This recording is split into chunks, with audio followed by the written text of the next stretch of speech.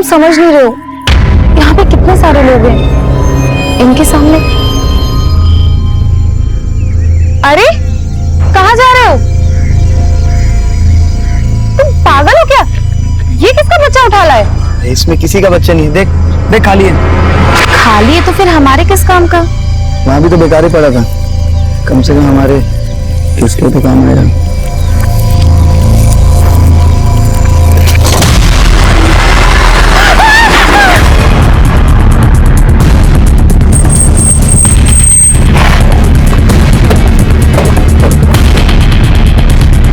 पीछे हटिए आप लोग। हटिए साइड। सर हम झूठ नहीं बोल रहे, ये प्रेम वहाँ लवारिस पड़ा हुआ था। सोने सर, दोनों का फोन नंबर और एड्रेस लो। सर, लाश का सर गायब है और बॉडी को कई टुकड़ों में काटकर इन बच्चों के कपड़ों में भरा गया है और फ्रेम के निचले वाले हिस्से में डालकर बॉडी को यहाँ पे डंप किया गया। सर, बॉडी को यहाँ गार्डन में लाकर डंप किया गया तो किसी ने तो देखा होगा। सर गार्डन और गार्डन के आसपास कहीं कोई सीसीटीवी नहीं है, लेकिन लोगों से पूछताछ चल रही है, शायद किसी ने कुछ फिटनेस किया हो। बॉडी को पोस्टमार्टम के लिए भेजिए। हो गया। नमस्कार, आदाब। मैं inspector Adil Khan, crime petrol Dastak में आपका स्वागत करता हूं। मैंने अपने करियर में कई मर्डर केसेस सॉल्व किए, लेकिन यह केस काफी लिहाज से अलग था। लाश को ठिकाने लगाने के लिए कोई प्रेम का इस्तेमाल करे, ऐसा मैंने पहले कभी नहीं देखा था। और जो लाश हमें मिली थी वो मंजू शर्मा नाम की एक लड़की की थी। लाश को 22 टुकड़ों में काटा गया था और लाश का सर गायब था, लेकिन 3 महीने बाद भी हम उसकी पहचान पता नहीं कर पाए थे। अब ये केस बैकलॉग में चला गया, लेकिन 3 महीने बाद फिर से वही माहौल बना जिसने हम सबको हिला के रख दिया।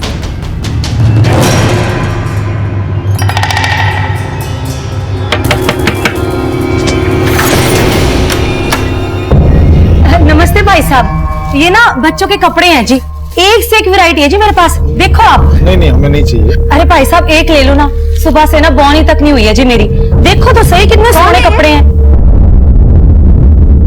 ये बच्चों के कपड़े बेच रहे, देखो कुछ चाहिए तो तुम्हें। ये ना मेरे पास बच्चों के कपड़े हैं जी, एक से एक वैरायटी है, देखो ये तो गुड़िया पे बहुत ही फबेगा जी, कितनी प्यारी बच्ची है। और प्राइस क्या है? अरे आप प्राइस की टेंशन ना लो जी, एक काम करो आस पड़ोस वालों को भी बुला लो, ज्यादा लोग लेंगे ना तो दाम कम कर देना है मैंने।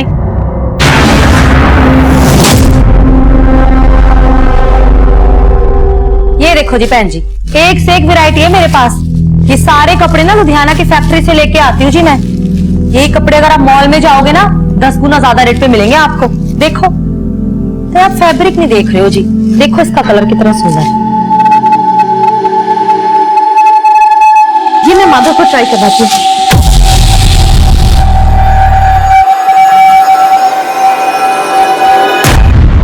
बेटा मैं रोटी और ला रहा हूँ। अरे परवीना भाभी, आपने तो पूरा मार्केट लगा दिया आज। अरे बहन जी तुसी भी देखो ना कितने सोने सोने पीस है ये। हाँ।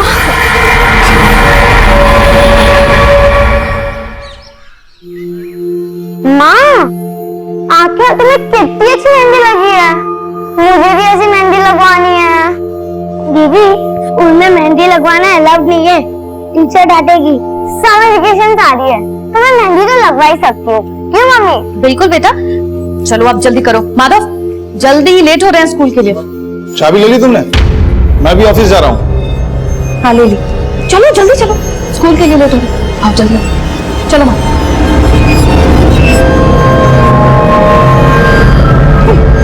आराम से।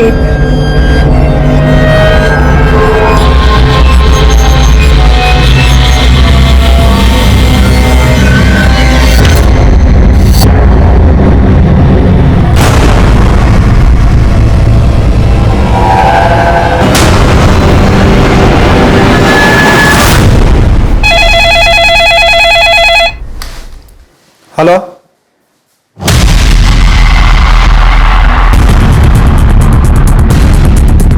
चेक करो।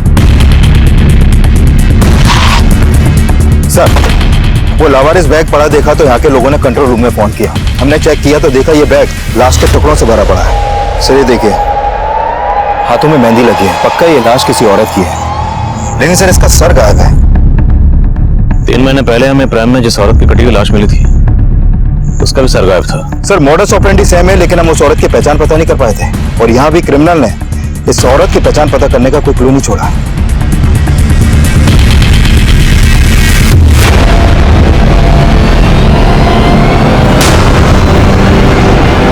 पापा पापा बोलो ना, मम्मी कब आएगी?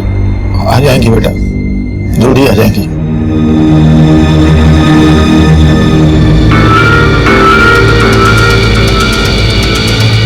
सर बॉडी को कई टुकड़ों में काटा गया है और सिर भी गायब है। सर 3 महीने पहले जो लाश हमें प्रेम में मिली थी उसको भी कई टुकड़ों में काटा गया था।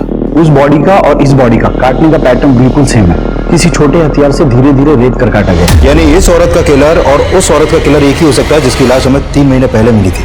एब्सोल्युटली। एक्सक्यूज मी, बोले यादव। सर साईनगर थाने में प्रमिला नाम की एक औरत की मिसिंग कंप्लेंट फाइल हुई थी। सर कंप्लेंट उसके पति गोविंद ने दर्ज करवाई थी। इस गोविंद को बॉडी की शिनाख्त के लिए बुलाओ। Okay sir.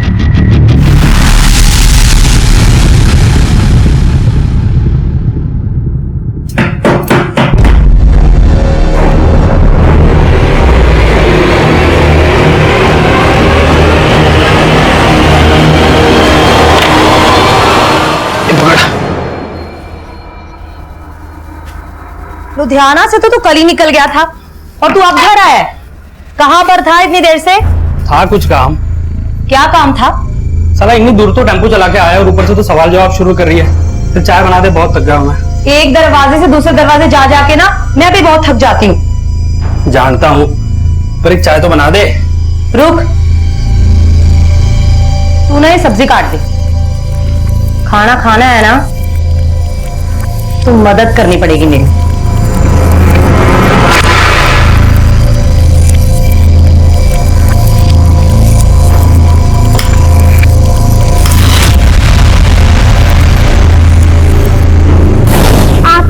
कितनी अच्छी मेहंदी लगी है, मुझे भी ऐसी मेहंदी लगवानी है।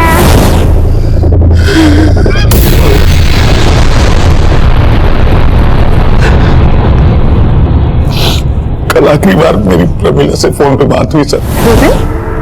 आज आप फिर टिफिन ले जाना भूल गए? हाँ जानता हूँ, डोंट वरी, कुछ खा लूंगा बाहर में। वैसे बनाया क्या तुमने? मटर पनीर। लेकिन आप क्यों पूछ रहे हैं? आप तो वैसे भी बाहर खाने वाले हैं। अरे तो रात को घर पे आके खा सकता हूँ ना। अच्छा गोविंद, वो बच्चों के स्कूल से आने का टाइम हो गया तो मैं फोन रखती हूँ, मुझे लेने जाना है। सर फिर मुझे पता चला कि प्रमिला बच्चों को लेने पहुंची नहीं थी। बच्चे वहां वेट करते रहे। फिर किसी पड़ोसी ने देखा तो वो बच्चों को लेके घर आए। वो घर आए तो देखा कि वहां ताला लगा हुआ है। अंदर तो मम्मी दिख ही नहीं रही है आंटी। फोन की बेल तो जा रही है। आंटी फोन की आवाज तो अंदर से आ रही है। तो प्रमिला फोन अंदर रख के कहाँ चली गई? एक काम करते हैं, प्रमिला के हस्बैंड को फोन करके उसे इन्फॉर्म करते हैं। फिर मैं घर आया, कुछ समझ नहीं आ रहा था सर। प्रमिला अचानक से देखिए, जैसा आपने बताया कि आपकी पत्नी प्रमिला ने फोन करके आपको ये कहा कि वो बच्चों को स्कूल बस से पिक करने जा रही है, लेकिन अगर वो वहां नहीं गई तो और कहां जा सकती हैं? सर उसने फोन पे तो यही बोला था कि मैं बच्चों को लेने जा रही। और वो अपना फोन घर पे क्यों छोड़ के गए? सर हो सकता है उसे लगा हो कि बच्चों को लेके वापस आना, तो छोड़ दिया। देखिए, अगर ऐसा है तो आपकी पत्नी के साथ जो भी हुआ वो आपके घर से लेके उस रास्ते के बीच में ही हुआ जहां पर स्कूल बस आपके बच्चों को ड्रॉप करती है। आपके बच्चे कहां?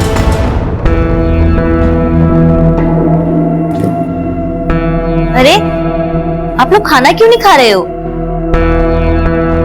देखो मम्मी आ जाएंगी। अगर यहाँ मन नहीं लगा तो हमारे घर चलो, बादल भी स्कूल से आ जाएगा, फिर खूब मस्ती करेंगे, खेलेंगे और खाना भी साथ में खाएंगे। चले? मुझे कुछ नहीं खाना आंटी। बेटा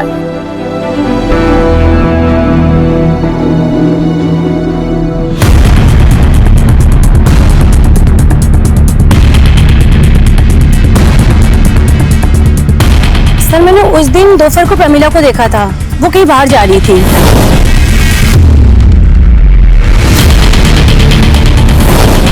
तो उस दिन प्रमिला को देख के आपको लगा कि वो कुछ अपसेट है या आपको कुछ अजीब लगा? नहीं सर, ऐसा कुछ भी नहीं लगा, क्योंकि वो हर रोज बस स्टॉप जाती थी बच्चों को लेने। बेटा अब बड़े हो ना, समझदार हो, भाई को समझाओ ना। मम्मी आ जाएगी जल्दी। पापा पापा मम्मी कहाँ है? मम्मी आएंगी बेटा, मम्मी आ जाएंगी। आप सर, ये हमारी पड़ोसी। मैं मेघना। मैं विद्या। बेटा कौन से स्कूल में पढ़ते हैं आप लोग? सर ये 3rd में है, ये 4th में। कविन जी, देखिए आपकी पत्नी की लाश यहां से 10 किलोमीटर दूर सिंगुजा में मिली। आपको किसी पर शक, किसी से कोई झगड़ा या दुश्मनी? नहीं सर, ऐसा तो कुछ समझ नहीं आ रहा। प्रमिला जी वर्किंग थी या हाउसवाइफ? सर थी तो हाउसवाइफ, लेकिन साथ साथ में शेड्यूल की मेंबरशिप ले रखी थी। शेड्यूल मतलब? Schedule enterprises sir, beauty product बनाते हैं ये लोग। तो प्रमिला आसपास पड़ोस में और रिलेशन में ये प्रोडक्ट बेचती थी।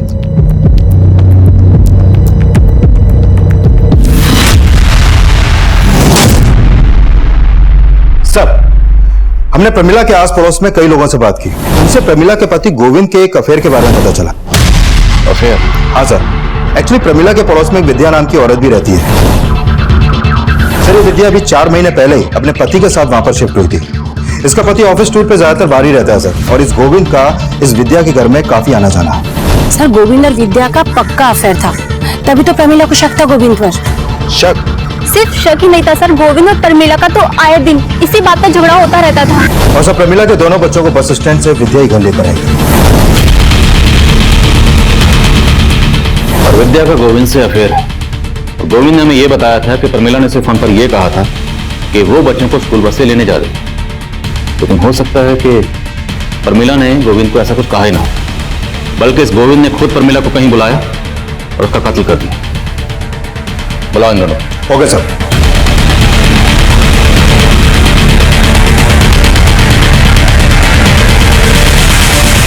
बेटा आंटी बोले कुछ खा नहीं देते, कुछ खा लो ना।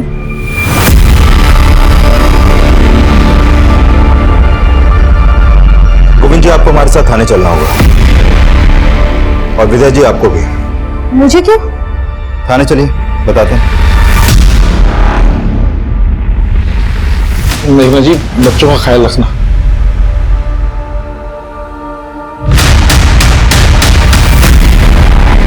सर आप बेवजह हम पे शक कर रहे हैं सर। हम शक नहीं कर रहे, बल्कि हम तो मान रहे हैं कि तुम दोनों ने प्रमिला का मर्डर किया। नहीं सर, हम दोनों ने ऐसा कुछ नहीं किया है। अच्छा, इसके बच्चों को स्कूल बस से लेने तुम ही गई थी ना? हाँ सर। अब तुम बोलो, प्रमिला को कहां बुलाया और कहां उसका मर्डर किया? सर ये क्या कह रहे हैं आप सर? हम लोगों ने ऐसा कुछ नहीं किया सर। सर मैं अपने बच्चों की कसम खा के कह रहा हूं, नहीं किया सर कुछ भी। सर मानते हैं हमारा रिश्ता गलत है, लेकिन प्रमिला के मर्डर से हमारा कोई लेना देना नहीं है सर। हाँ सर।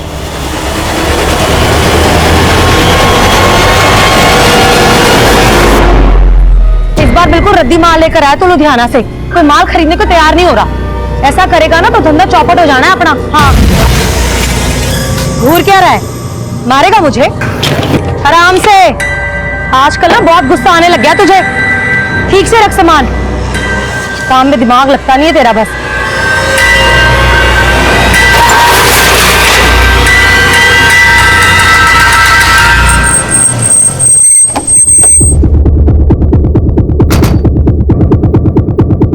सर ये प्रमिला की पोस्टमार्टम रिपोर्ट। सर रिपोर्ट में सामने आया है कि प्रमिला का मर्डर उसी शाम हो गया था जिस दिन उसके पति गोविंद ने उसकी मिसिंग कंप्लेंट दर्ज करवाई थी। सर प्रमिला का भी उसके मर्डर से पहले रेप हुआ था। 3 महीने पहले हमें जिस औरत की लाश मिली उसका भी पहले रेप हुआ, फिर मर्डर हुआ। यस सर, काफी कुछ सिमिलर है। काफी कुछ सिमिलर है तो रेपिस्ट का डीएनए भी सिमिलर हो। डीएनए मैच करो। ओके सर जिस दौरान प्रमिला गायब हुई थी उस वक्त विद्या अपने घर पे नहीं थी और गोविंद भी अपने ऑफिस में नहीं था। इस विद्या और गोविंद की एक्टिविटी सस्पिशियस लग रही। मजिस्ट्रेट साहब से गोविंद की डीएनए लेने की परमिशन लो। Right sir. सर प्रमिला के कॉल में एक नंबर सस्पिशियस मिला है। पिछले काफी समय से प्रमिला के शंकर नाम के एक आदमी से बातें होती थी। लेकिन सर इस शंकर का नंबर अभी बंद है। कौन है Shankar? Sir Shankar Cheryl enterprises में एरिया मैनेजर था और प्रमिला भी पहले वहीं की मेंबर थी।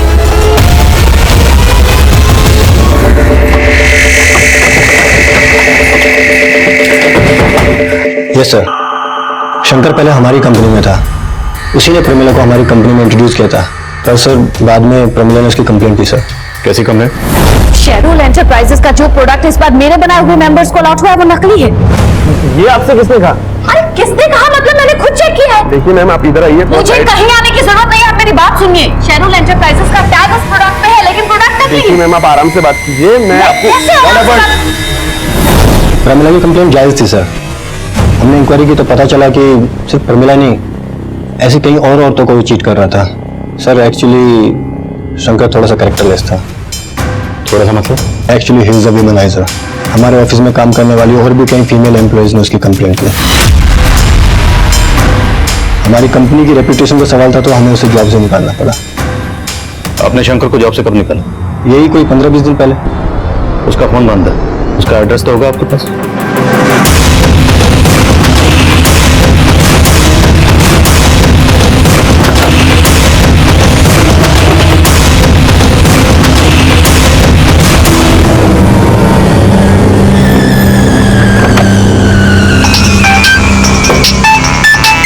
हाँ विकास। सर शंकर के घर में ताला लगा है। आसपास में पूछा लेकिन किसी को भी नहीं मालूम कि इस वक्त कहाँ है वो। अब गोविंद और विद्या के अलावा ये शंकर भी हमारा सस्पेक्ट है। इस शंकर के लिए लुकआउट नोटिस जारी करो। नमस्ते जी, मैं शंकर शिरू ब्यूटी प्रोडक्ट से। मैंने आपको कॉल किया था ना? जी जी, आइए प्लीज। Thank you.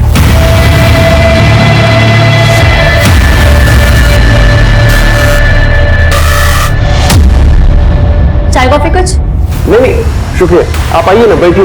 2 मिनट में मैं आपको स्कीम समझा दूंगा। आइए, पहले ना आप मेरी स्कीम सुन लीजिए और बस थोड़ी सी इन्वेस्टमेंट है और आप घर बैठे बहुत पैसे कमा सकती है। पर कैसे? बहुत ही सिंपल है मैम। जैसे ही आप हमारी कंपनी की मेंबरशिप लेंगी तो आपको एक ऐसी प्रोडक्ट किट दी जाएगी और आप अपनी ही तरह बाकी लोगों को भी एक प्रोडक्ट बेच के अच्छे पैसे कमा सकोगी। और हाँ मैम, हमारे कंपनी से आपको अच्छे बेनिफिट्स भी मिलेंगे और अच्छी मार्जिन भी मिलेगी।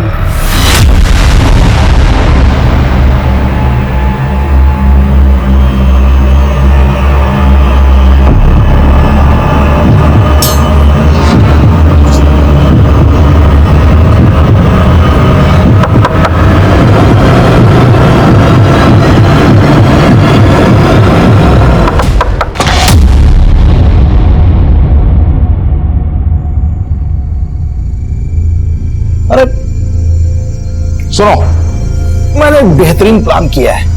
समर वेकेशन पे तुम दोनों को लेके शिमला चल रहे हैं घूमने, ठीक है? सबसे पहले खाना खाते हैं, खाना खाते खाते प्लान करते हैं। आ जाओ। पर पापा, मम्मी तो है ही नहीं, वो कब आएंगे? मम्मी आ जाएंगी बेटा, उससे पहले आ जाएंगी ना। झूठ बोल रहे आप, अब वो नहीं आएंगी क्योंकि आपने उनको मार डाला है। क्या बोल रही हो तुम? किसने कहा तुमसे ये? सब ये कहते हैं कि आपने और विद्या आंटी ने मिलकर मम्मी को मार डाला। झूठ बोलते हैं सब बेटा, ऐसा कुछ नहीं किया। आप झूठ बोल रहे हो। अब आप हम दोनों को भी मार डालोगे ना? बेटा ऐसा मत बोलो। मुझे ऐसे बात नहीं करनी। चलो अब। तृप्ति, माधव, बेटा तृप्ति, बेटा बेटा दरवाजा खोलो तृप्ति। माधव,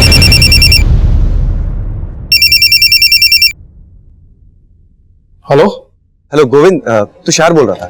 मेघना माधव और तृप्ति के साथ है क्या?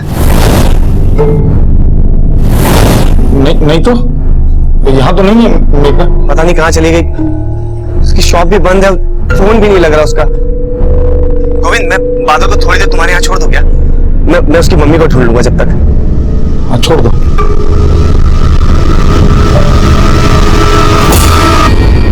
बहन जी आप एक काम करो, ये बच्चा मुझे दे दो, आप ना आराम से देखिए। लो। अच्छा जी, संभाल।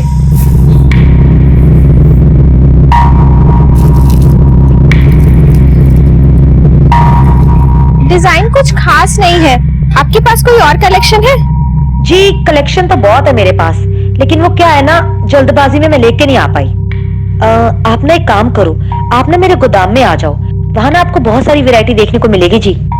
और बहन जी आपका गोडाउन कहाँ है? आप एक काम करो, पेन और पेपर ले आओ, मैं गोडाउन का एड्रेस लिख के दे देती हूँ आपको। अभी राइट। हाँ।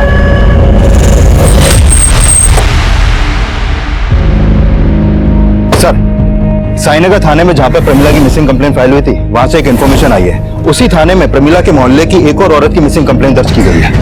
कौन औरत? सर, ये मेघना बेस्ट। सर, इस मेघना का प्रमिला के घर में काफी आना जाना था और ये कंप्लेंट मेघना के पति ने दर्ज करवाई है। सर, साईनगर पुलिस को मालूम था कि हम प्रमिला मर्डर केस में उसके पति गोविंद पर शक कर रहे हैं, इसलिए उन्होंने हमें ये अपडेट दिया। विकास, इस मेघना के पति से भी मिलते हैं, देखते हैं वो गोविंद के बारे में क्या कहता है।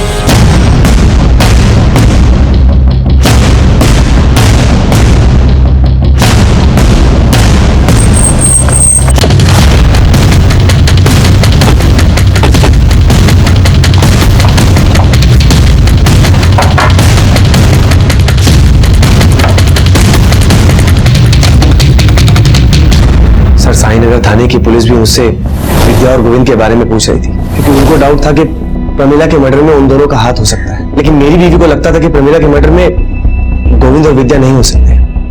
आपकी बीवी मेघना के गायब होने के पीछे किसका हाथ हो सकता है? सर, मुझे कुछ समझ में नहीं आ रहा। वो तो एक मामूली सी टेलरिंग शॉप चलाती थी, हमारी तो इतनी इनकम मिले। ये शेरुल की ब्यूटी प्रोडक्ट्स आपके हैं? प्रमिला ने एक दिन अचानक मेघना को शेरुल ब्यूटी प्रोडक्ट की मेंबरशिप दिलवाई थी। मेघना मेंबर कब बनी? प्रमिला के मर्डर से कुछ दिन पहले ही प्रमिला ने उसे अपने बॉस से मिलवाया था। शंकर से? शायद, लेकिन फिर पता चला कि उनकी किट में सारे प्रोडक्ट फेक हैं। प्रमिला ने कहा था कि मेघना को अपने बॉस से सारे पैसे वापस दिलवा देगी, लेकिन प्रमिला हमें पैसे दिलवाती उससे पहले उसकी डेथ हो गई। मुझे लगा कि मेघना शंकर से मिलने उसके ऑफिस गई होगी, लेकिन मैंने जब वहां जाके पता किया तो पता चला कि शंकर को तो कुछ दिन पहले ही ऑफिस से निकाल दिया गया था और मेघना तो कभी ऑफिस गई नहीं थी। सर, हम मानते हैं कि प्रमिला के साथ मेघना को भी शंकर ने चीट किया होगा, और सर मेघना यहाँ कभी नहीं आई। और सर, हम तो आपको पहले ही बता चुके हैं कि शंकर को हमने जॉब से निकाल दिया था। सर, पहले प्रमिला का मर्डर और अब मेघना गायब, और इन दोनों का कनेक्शन इस शेरुल एंटरप्राइजेस से ही जुड़ा हुआ है। सर, कहीं ऐसा तो नहीं कि प्रमिला की तरह इस मेघना को भी शंकर ने गायब किया हो? शंकर के घर पे ताला लगा हुआ है और उसका फोन बंद है। ये मेघना शंकर के टच में आई कैसे?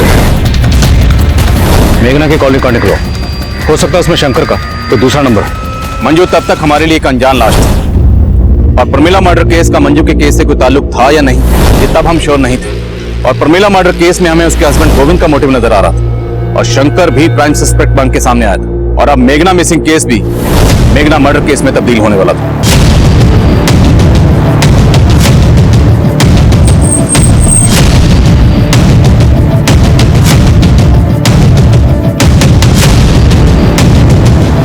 सर, इस औरत की बॉडी को भी चॉप करके डंप किया गया, इसका सर भी गायब है। कहीं ये मेघना तो नहीं?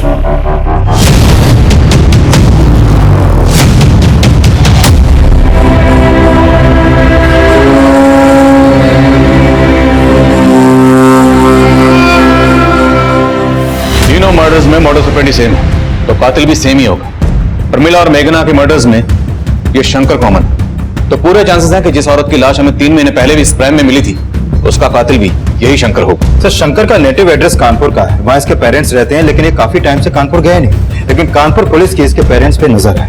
इस शंकर का मिलना बहुत जरूरी है, इससे पहले कि किसी और औरत को अपना टारगेट बनाए। We have to catch him. Right sir. तुम बहुत मजाकिया हो। वैसे मुझे तुम्हारी स्कीम पसंद है। और मैं? क्या? अरे मजाक कर रहा था यार।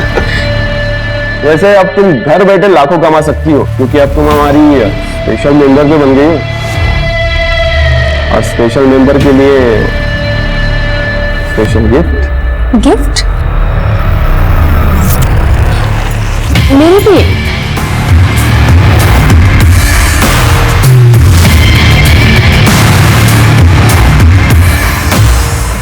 Thank you. सर, इस मेघना के कॉल रिकॉर्ड में ऐसा कोई नंबर नहीं मिला जो शंकर से कनेक्टेड हो। लेकिन सर, जिस समय मेघना का फोन रानीगंज मार्केट में बंद हुआ, उस समय गोविंद का फोन भी वहां पर एक्टिव था।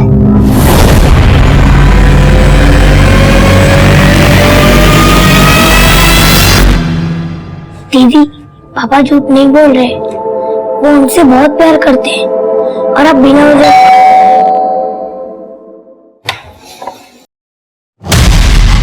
ले चलो इनको। लेकिन मेरी बात सुनिए सर। चलिए चलिए। पापा देखिए मेरी बात। पापा पापा अंकल अंकल कहाँ ले जा रहे हो मेरे पापा को? पापा पापा झूठे हैं। पापा नहीं, मम्मी को मारा है। अरे मैं कुछ नहीं किया यार, आप लोग बार बार पकड़ लेते हो सर, समझते क्यों नहीं आप लोग? पहले तू हमें समझा। प्रमिला को तुमने मारा विद्या के लिए, लेकिन मेघना को मारने के पीछे तेरा मोटिव क्या था? सर मैं बार बार कह रहा हूँ, न मैंने मेघना को मारा न प्रमिला को मारा। सर आप कैसी बात कर रहे हैं? जिस दिन मेघना का फोन रानीगंज में स्विच ऑफ हुआ उस दिन तेरा फोन वहीं एक्टिव था। अब ये महज इत्तेफाक तो नहीं हो सकता? सर मैं रानीगंज मार्केट गया था, लेकिन मैंने रानीगंज मार्केट क्यों गया था? सर मुझे मेघना पे शक था, इसलिए मैंने सोचा कि कहानी मत सुना।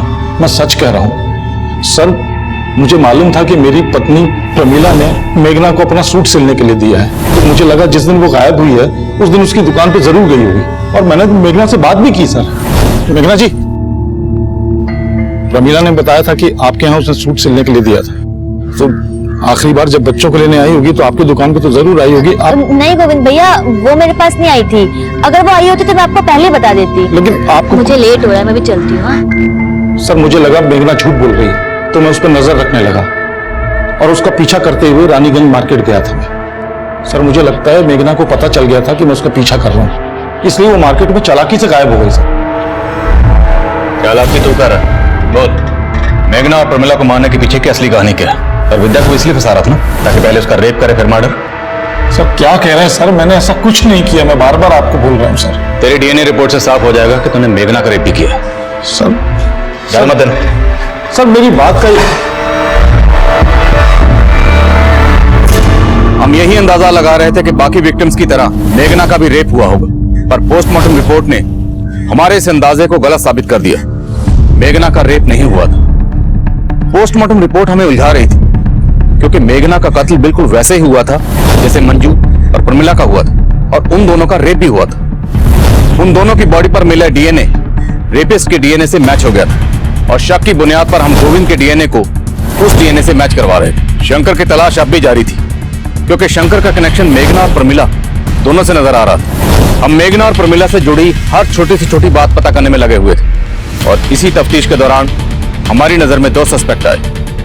सर प्रमिला के घर में एक औरत आती थी जो छोटे बच्चों के कपड़े दिखाती थी यहाँ पे, और साथ में उसका पति भी आता था टेम्पो में। और प्रमिला के मर्डर के बाद वो दोनों अचानक आना बंद कर दिया। लाश के टुकड़ों को 4 से 6 साल के बच्चों के कपड़ों में छुपाया गया। अच्छा कौन थी वो औरत, कुछ मालूम है तुम्हें? सर वो बोलती थी कि लुधियाना में किसी फैक्ट्री से वो सामान उठाती है और इधर लाके बेचती है।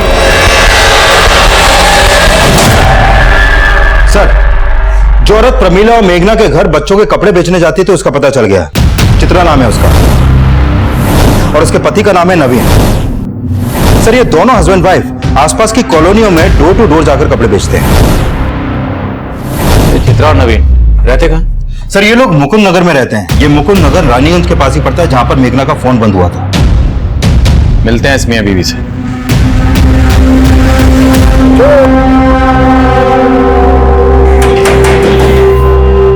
जी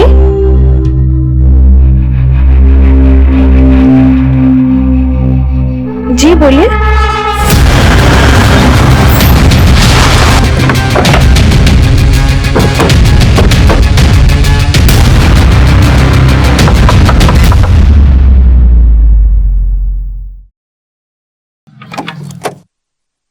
चित्रा जी चेक करो सब्जेक्ट। अरे सर ये सब आप क्या कर रहे हैं? मिलेगा चेक कर। अरे मेरे घर में इस तरीके से छानबीन क्यों कर रहे हैं सर? अभी पता चलेगा। सुना तो डोर टू डोर जाकर डिलीवरी नहीं करती, कस्टमर को अपने डोर तक भी बुलाती। कितनी औरतों को बुलाया अभी तक? सर ये आप क्या कह रहे हैं, मुझे कुछ समझ में नहीं आ रहा है। सब समझ में आ जाएगा। ये कपड़े तूने बेचे हैं ना? नहीं सर ये कपड़े मैंने किसी को नहीं बेचे जी। अच्छा तब तो तू इस आदमी को भी नहीं जानती होगी। नहीं सर मैं इस आदमी को भी नहीं जानती। तेरा पति कहाँ है? जी वो तो लुधियाना गया हुआ है। झूठ बोलती है? मैडम जी मैं झूठ नहीं बोल रही हूँ, सच बोल रही तेरे हूँ। पति का फोन नंबर और टेम्पो का नंबर बोल। ठीक है सर जी। सर चित्रा के पति नवीन का नंबर अभी रानीगंज में एक्टिव है। और उसकी बीवी बोली थी वो लुधियाना गया। उसके फोन की एग्जैक्ट लोकेशन ट्रैक करने के लिए कहो और बोलो तुरंत मेरे फोन पे भेजें। सर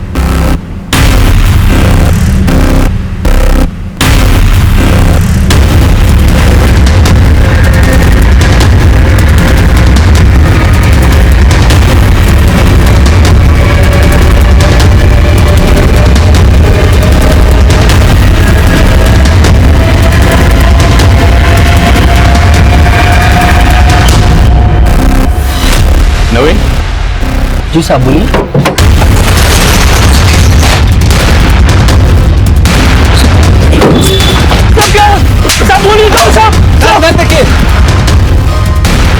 ये देखिए सर,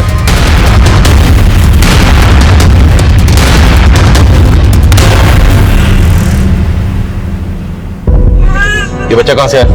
साहब मुझे नहीं पता है बच्चा मेरे टेम्पो में कैसे आया साहब। तो औरतों का रेप और कत्ल करने के साथ साथ बच्चे भी चुरा के बेचता है। साहब मैं सच बोलता हूँ, पता नहीं बच्चा कैसे आया टेम्पो में साहब। साहब यकीन मानिए मैंने कुछ नहीं किया साहब। तू जो करता तेरी बीवी भी जानती है ना? सीधा सीधा बोल वरना उधेड़ के रख देंगे। साहब मैं लुधियाना जा रहा था, वो रानीगंज मार्केट से गारमेंट वाले का पेमेंट उठाना था, इसलिए मैं वहां रुक गया। आप चाहे तो पता कर सकते हैं। ये ऐसे नहीं माने, उधेड़ ऐसे बोल। साहब मैंने कुछ नहीं किया साहब। साहब मैंने कुछ नहीं किया। साहब मैंने कुछ नहीं किया। साहब सर, इस नवीन को बहुत तोड़ा लेकिन वो किसी भी मर्डर में अपना हाथ होने से इनकार कर रहा है और मैंने कंफर्म किया कि वो आज वाकई में रानीगंज के गारमेंट शॉप से अपना पेमेंट लेने गया था। मुझे सर नवीन की बीवी चित्रा ने उस बच्चे को आइडेंटिफाई किया है जो उनके टेम्पो में मिला था। उसने बताया कि वो बच्चा उसकी एक कस्टमर अनुषा का है। लेकिन सर चित्रा इस बात से खुद हैरान है कि बच्चा उसके पति नवीन के टेम्पो में कैसे पहुंचा। अनुषा, पता करो ये अनुषा कहाँ रहती है। सर,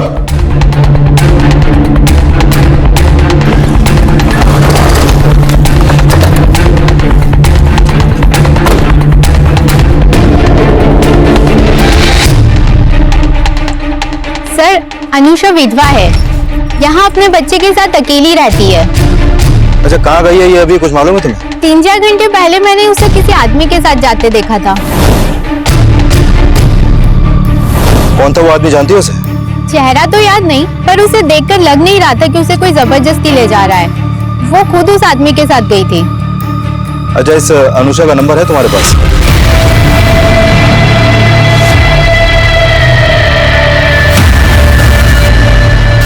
सर अनुषा का फोन भी रानीगंज मार्केट में बंद हुआ था। रानीगंज, और रानीगंज से हमने नवीन को पकड़ा था बच्चे के साथ। सर ये नवीन अभी भी कुछ नहीं उगल रहा है और मैंने कंफर्म किया कि ये अनुषा के घर के बाहर देखा ही नहीं गया है। सर हो सकता है ये अनुषा किसी और के साथ मार्केट गई हो। शंकर, हो सकता है ये नवीन शंकर को जानता और अनुषा का बच्चा शंकर ने नवीन को दिया। साहब मैं शंकर को नहीं जानता, पता नहीं वो बच्चा मेरे टेम्पो में कैसे आया। साहब साहब साहब मैं कुछ नहीं आया साहब। साहब मैं सिर्फ बोल रहा हूं साहब। सर शंकर के पेरेंट्स का नंबर हमारी सर्वेलेंस पे था। सर शंकर के पेरेंट्स के नंबर पे इस नंबर से फोन आया था। जब इस नंबर के बारे में पता किया तो पता चला कि ये शंकर का ही दूसरा नंबर है जो आगरा के एड्रेस पर रजिस्टर्ड है। सर ये नंबर को ट्रेस कर लिया गया है, इस वक्त लखनऊ में एक्टिव है।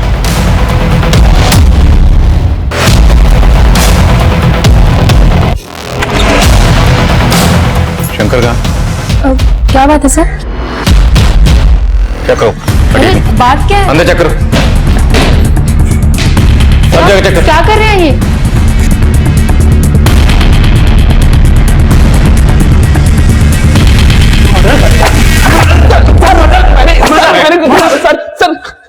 सर मैं मानता हूँ कि मैंने कई औरतों को चीट किया है और प्रमीला जैसी कई औरतों को मुझसे प्रॉब्लम भी थी सर, लेकिन मैंने मर्डर नहीं किया सर।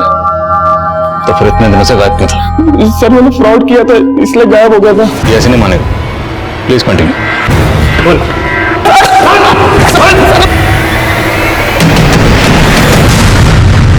तृप्ति बेटा चुपचाप क्यों बैठी हो? पापा ने आज तुम्हारे लिए सरप्राइज प्लान किया है। तुम चाहती थी ना कि तुम भी मम्मी की तरह मेहंदी लगाओ। देखो क्या लाया हूं तुम्हारे लिए, ये देखो। और इतनी प्रैक्टिस की है तुम्हारे लिए कि अब तुम्हें भी मम्मी की तरह बिल्कुल राज। पापा दीदी आप पर ट्रस्ट नहीं करती, मैं करता हूँ ना। आप मुझे मेहंदी लगा दो। मेहंदी लगाने के बाद पापा मम्मी की तरह तेरी भी हाथ काट देंगे। तृप्ति दरवाजा खोलो। तृप्ति सर जिस दौरान अनुषा का फोन रानीगंज मार्केट में बंद हुआ उस समय शंकर रानीगंज में था ही नहीं और ये भी नवीन की तरह बार बार यही बोल रहा है कि इसका किसी भी मर्डर में हाथ नहीं है। और सर नवीन और चित्रा के घर में भी ऐसा कोई क्लू नहीं मिला है जिससे लगे कि वहां पर कोई मर्डर हुआ है। मेघना का फोन भी रानीगंज में बंद हुआ था और उसकी लाश मिली। अनुषा का फोन भी रानीगंज में बंद हुआ, अनुषा गायब होगी और इसका बच्चा हमें मिला रानीगंज में ही नवीन के टेम्पो में। और जिस पार्क में हमें औरत की कटी हुई लाश प्रेम में मिली थी वो पार्क भी रानीगंज में ही है। और प्रमीला जाने से पहले अपना फोन घर पर छोड़ के गई थी। तो हो सकता है शायद प्रमीला भी रानीगंज में कहीं गई हो। तो रानीगंज में ऐसा कोई ठिकाना है जहां पर्पसली इन औरतों को पहले बुलाया जाता है, फिर रेप किया जाता है, उसके बाद उनका मर्डर।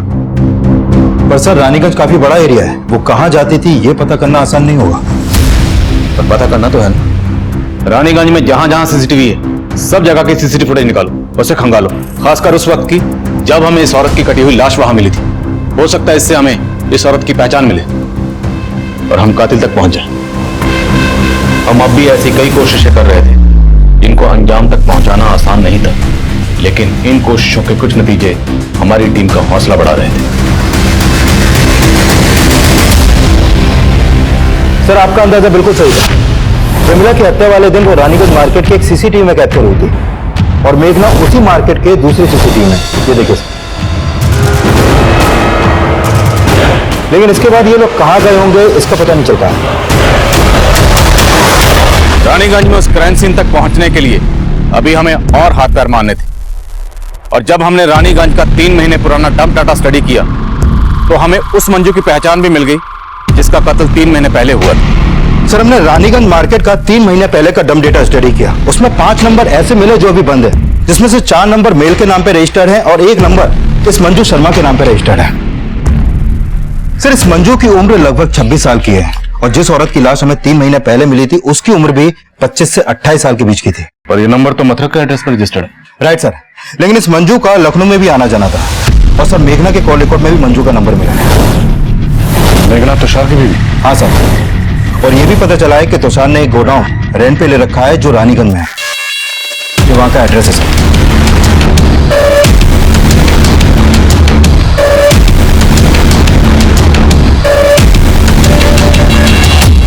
साला सारा कसूर मेरी खोपड़ी का है। सेक्स के सिवाय मुझे कुछ दिखता ही नहीं। बागपत में इसी आदत ने 2 औरतों को मरवा दिया था मुझसे। मेघना को मुझ पर शक होने लगा तो मैंने उसे ऐसा घुमाया कि वो मुझ पर विश्वास करने लगी और मेरे साथ यहाँ लखनऊ शिफ्ट हो गई। यहाँ पर उसने सिलाई की दुकान खोली और रानीगंज में गोडाउन भी ले लिया। मंजू मेघना की कजन थी और जब मंजू यहाँ से मथुरा वापस लौट रही थी तो वो मेरा पहला टारगेट बना। हाँ बेटा मैं छोड़ दूँ, मुझे सिर्फ 2 मिनट का काम है, फिर मैं तुम्हें बस स्टॉप पे छोड़ दूंगा। ठीक है। एक काम करो ना, तुम भी अंदर ही आ जाओ। उस दिन मैं पार्क के पीछे वाले तालाब में मंजू की लाश को फेंकने जा रहा, लेकिन पार्क में एंटी रोमियो स्कोर का छापा पड़ा था, इसीलिए मैं डर के प्रेम पार्क में छोड़ के चला गया था। और फिर मंजू के बाद प्रमीला? तुषार भैया मेघना? प्रमीला, मेघना तो रानीगंज गई है। रानीगंज? रानीगंज में हमारा एक गोडाउन है, तुम्हारा सूट भी शायद वहीं सिल के रखा हो। मैं आपको एड्रेस दे देता हूँ।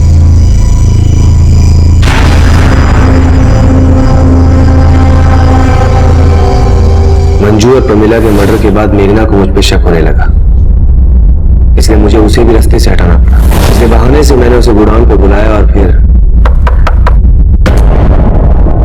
मेघना के मर्डर के बाद मैं डर गया था कि मैं फंस जाऊंगा, इसलिए खुद को बचाने के लिए मैंने एक तरफ शंकर का नाम लिया, दूसरी तरफ मैं नवीन और चित्रा के लिए गड्ढे खोद रहा था। पहले भी मैंने उन्हें रानीगंज में देखा था, उनका घर गोडाउन के बिल्कुल नजदीक था।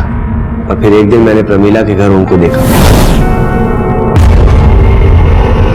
मैं अगला टारगेट अनुषा को बनाने वाला था और फिर उसके घर के बाहर भी नवीन और चित्रा को देखा।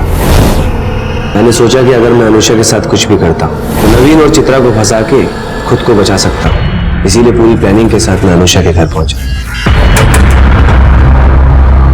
जी बोलिए। आप चित्रा के गोडाउन में कपड़े देखने के लिए आने वाले थे ना? हाँ। लुधियाना से नया स्टॉक आ गया। मैं अनुषा को बहाने से गोडाउन में ले गया, पहले रेप किया और फिर मर्डर करके उसके शरीर के टुकड़ों को फ्रिज में रख दिया। मैं उसकी बॉडी को ठिकाने लगाता उससे पहले ही तुषार एक के बाद एक जुर्म किए जा रहा था, और हैरान करने वाली बात यह थी कि तुषार की पत्नी मेघना को अपने पति के इन जुर्मों की हर मोड़ पर दस्तक मिल रही थी, लेकिन उसने इस दस्तक को नजरअंदाज किया।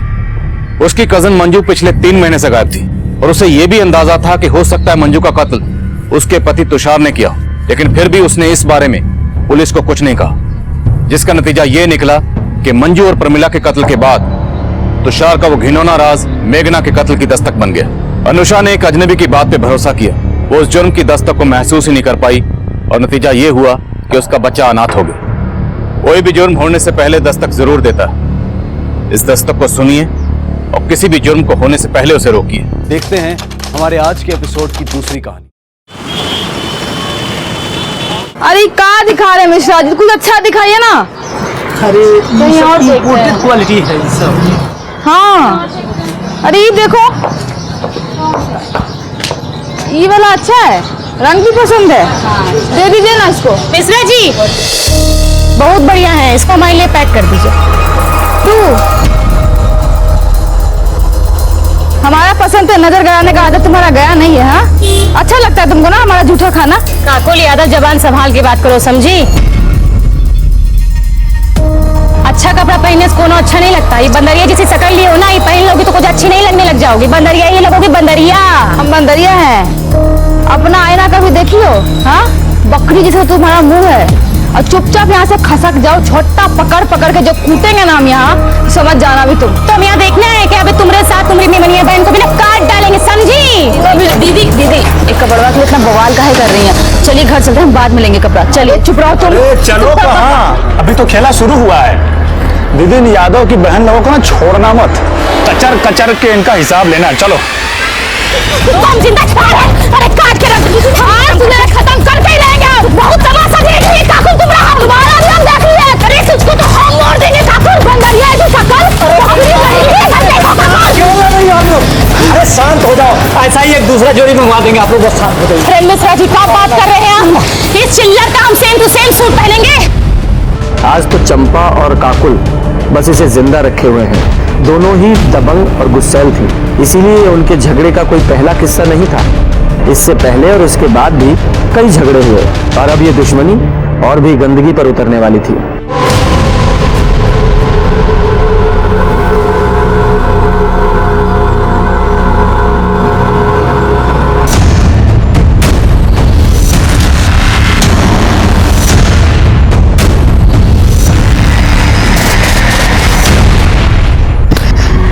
अम्मा उस साली काकुल सरपंच के लिए फॉर्म भरी है।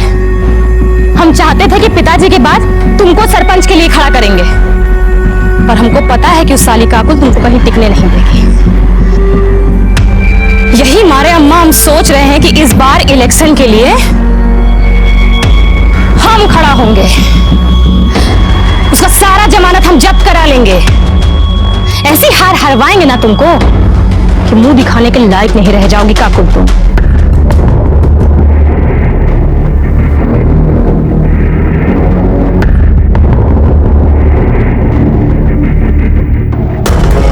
अबे ये क्या हुआ?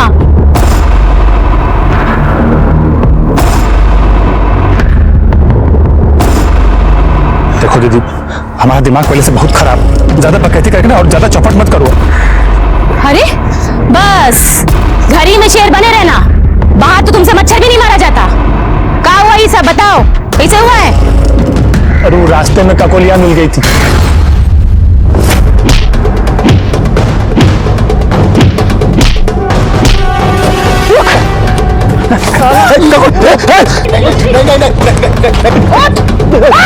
चल जाएगी। अब ये अगर खोपड़िया में उतार दे तुम्हारा। अरे रे रे रे रे रे रे रे रे, ये तो कांप रहा है। एक और मार इसको, हमारी तरफ से नामर्द कहीं का। तू काकुलिया तुमको डांटी और तुम पैजामे में मुंह दिए। अबे सिंह परिवार का मर्द हो। अरे हम क्या करने दीदी, उसके हाथ में तमंचा था। उसके हाथ में तमंचा था तो ये लो तमंचा, और जहां कहीं भी उसका गोली दिखे ना, कनपट्टी पे लगा देना गोली। बहुत सही किया बिटिया, बहुत सही किया। हमको लाश है तुम्हारी दबंगई पे। अरे बेटा नहीं हुआ तो क्या हुआ, हमेशा की तरह सरपंच का इलेक्शन यादव परिवार से ही जीतेगा। अब तुम होगी। अरे बाबूजी, आपका आशीर्वाद रहा ना तो इस बार पक्का बनेंगे। हमारा आशीर्वाद तो हमेशा ही रहेगा, और इलेक्शन में खड़ा होने के लिए कोई नॉमिनेशन फॉर्म भी तो भरना पड़ेगा ना। वही भर के तो वापस आ रहे थे कि देखिए रवि इसको छेड़ रहा है। देखिए ना, पॉइंटे में मुदवा दिए उसको, देखिए। दीदी, हमको अभी भी लगता है कि आपको रवि को इतना बेइज्जत नहीं करना चाहिए था। अरे थोड़ा सा वार्निंग देके छोड़ देती, सब वहीं खत्म हो जाता। अब पता नहीं वो चंपा बदले लेने के लिए क्या क्या करेगी। तुम पगला गई हो का? वो चंपा कुछ करेगी और हम यहाँ घर में मुंह पे टेप साट के बैठे रहेंगे। दीदी ये नहीं जाके चुपचाप पढ़ो। अरे गीता, काहे डरती हो? हमने बहन को देख, इससे कुछ सीख। तेरा यही हाल रहा ना कि चंपा सिंह और उसके परिवार का सामना अकेले काकू को ही करना पड़ेगा। रवि, तमंचा चलाने के लिए ट्रेनिंग की नहीं, जिगर का जरूरत है। दुश्मन सामने हो ना, लगा दो कनपटी पे, बाकी जो होगा देखा जाएगा ना। और रही बात उस काकुल की, उसको तो हम नहीं छोड़ेंगे, जिंदा गाड़ के रख देंगे तुमको काकुल हम।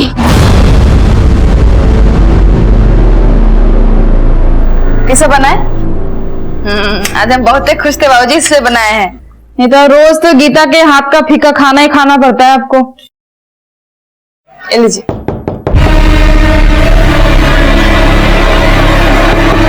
अब इतनी रात को कौन आ गया?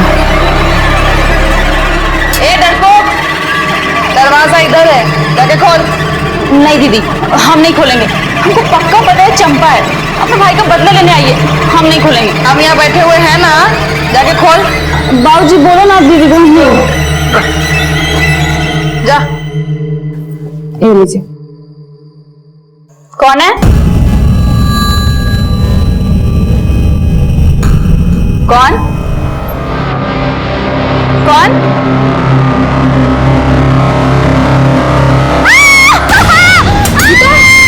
गीता?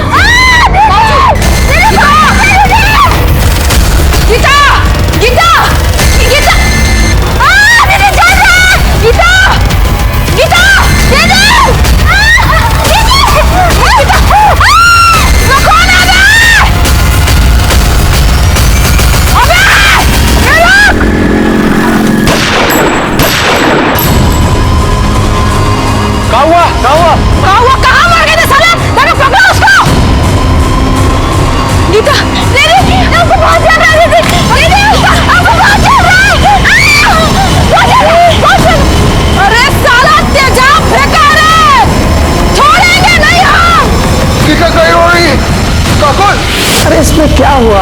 अगर तुमने 10 फॉर्म भरे और उनमें से किसी में कुछ नहीं हुआ, है? ठीक है, टेंशन मत लो, गीता पढ़ा करो, उसमें साफ लिखा है कि कर्म करो, फल की चिंता बिल्कुल मत करो। हमारी बात सुनिए, आप अंदर ऐसे नहीं कर सकते, हमारी बात सुनिए। शांत शांत, क्या हुआ? क्या कंप्लेन है आपकी? हमारी बहन गीता पर एसिड फेंका गया है, उसका पूरा चेहरा में एकदम जल के लाल हो गया है। हमको पता ही चंपा करवाई, अगर आप कुछ करते हैं ना तो ठीक है, तो उसको तो हम जान से मार ही देंगे। देखिए देखिए, शांत रहिए और तमीज में भी, ये पुलिस स्टेशन है, तुम्हारा मोहल्ला नहीं है। आप ना हमको जानते नहीं है, इसलिए अपना जो ज्ञान दे रहे हैं ना, देना बंद कीजिए। अरे चुप रहिए विजय, आप शांत हो जाइए, बैठिए और पानी पीजिए। हमको कोई पानी वानी नहीं पीना है, लीजिए। हम बैठ गए, बोलिए। तो तुमने कहा है कि चंपा ने तुम्हारी बहन पर एसिड अटैक करवाया है, उसकी क्या दुश्मनी है तुम्हारी बहन से या तुमसे? साहब, ये यादव और सिंह परिवार की पीढ़ियों से चलती आ रही दुश्मनी है। शुरू से ही गांव के सरपंच या तो ई कंकुआ के परिवार से बनते हैं और या फिर वो चंपा के परिवार से, बस इसी बात को लेकर झगड़ा रहता है।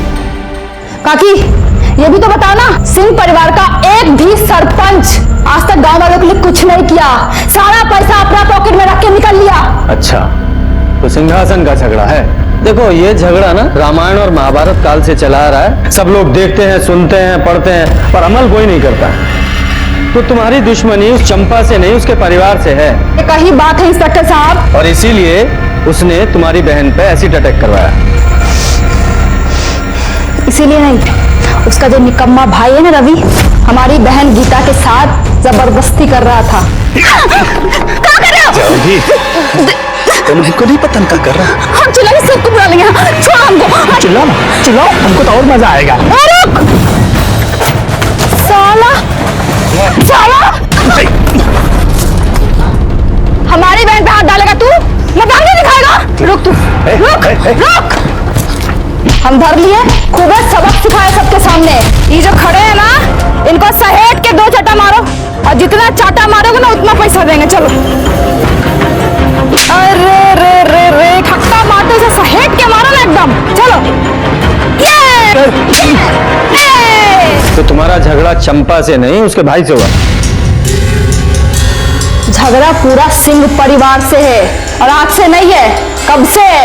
और चंपा से ना हमारा झगड़ा एक बार नहीं हुआ है, 1000 बार हुआ है। और पहली बार उससे हमारा झगड़ा 6 महीना पहले हुआ था, जब हम बाबूजी से मिलने जेल गए थे। वो भी वहां आई थी किसी से मिलने के लिए। एक्सक्यूज मी, पीछे हटो, यहाँ टप्पा लगाओ, ये लो। ए, बाबूजी का ब्याह हुआ है का? हाँ, पीछे जाने तक दो कंटाप के पीछे खींच के। अबे तुम तो खालती बोलती रहती हो, हम तुमको देंगे। और उस दिन जो लड़ाई शुरू हुआ ना, आज तक खत्म नहीं हुआ है वो। और कितनी बार तो जबरदस्ती झूठ मूठ कर लड़ी हो हमसे। हम कोई कम थोड़ी है। ईंट का जवाब ना पत्थर से दिया उसको। जो कुछ भी किया ना आज तक एकदम सीना ठोक के सामने से किए। उसकी तरह नहीं रात के अंधेरे में ऐसी भगवाई। गीता कहाँ है? बेटा बहुत बुरा हुआ तुम्हारे साथ। अच्छा एक बात बताओ, जिसने तुम पर एसिड फेंका तुमने देखा था उसे?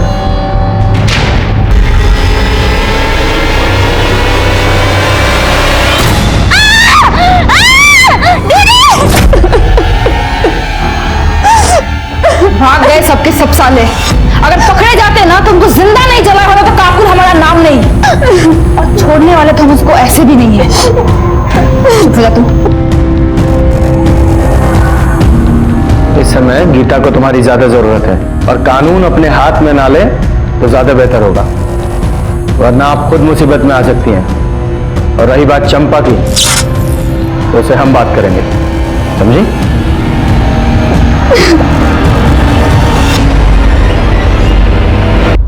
सर अभी चंपा के घर चलना है क्या?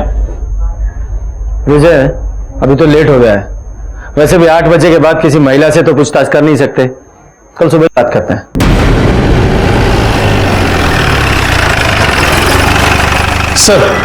सर गीता की फॉरेंसिक रिपोर्ट। सर रिपोर्ट के मुताबिक गीता पर एसिड फेंका गया था। एसिड कहां से आया था और किसने फेंका था यह अभी तक पता नहीं चल पाया है। और सर काकुल के पड़ोसियों का कहना है कि उन्होंने एक आदमी को भागते हुए देखा था, लेकिन उसका चेहरा नहीं देख पाए थे क्योंकि उसने अपने चेहरे पर गमछा बांधा हुआ था। कोई क्लू ही नहीं मिल रहा है। और ये चंपा और काकुल एक दूसरे से इतनी नफरत करती हैं, ऐसा लगता है कि पूरे गांव को जलाकर राख कर देंगी। हमको तो ये समझ में नहीं आ रहा है कि हम आपसे बात क्या करें भाई। सभी कुछ तो साफ साफ दिख रहा है ना कि गांव का चुनाव नजदीक है और गांव के लोगों का सहानुभूति पाने के लिए वो ककुलिया खुद अपनी बहनियत पे जात फितवाई है और इल्जाम हम पे लगा दी है ताकि गांव के लोगों का वोट उसको मिले, हमको नहीं। सर वो कुछ भी बकैती काटी और आप आगे मुंह उठा के हमसे बात करने के लिए, गजब है। हम सिर्फ अपनी ड्यूटी कर रहे हैं, आपसे कुछ सवाल पूछने हैं। आप हमसे कुछ सवाल नहीं, बहुत सवाल पूछिए, लेकिन पहले एक महिला पुलिसकर्मी आप अपने साथ लेकर आइए।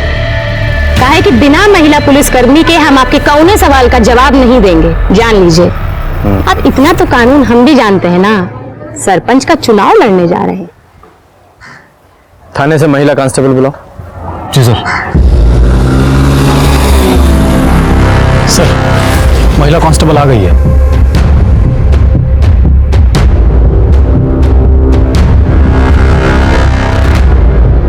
हाँ तो चंपा जी।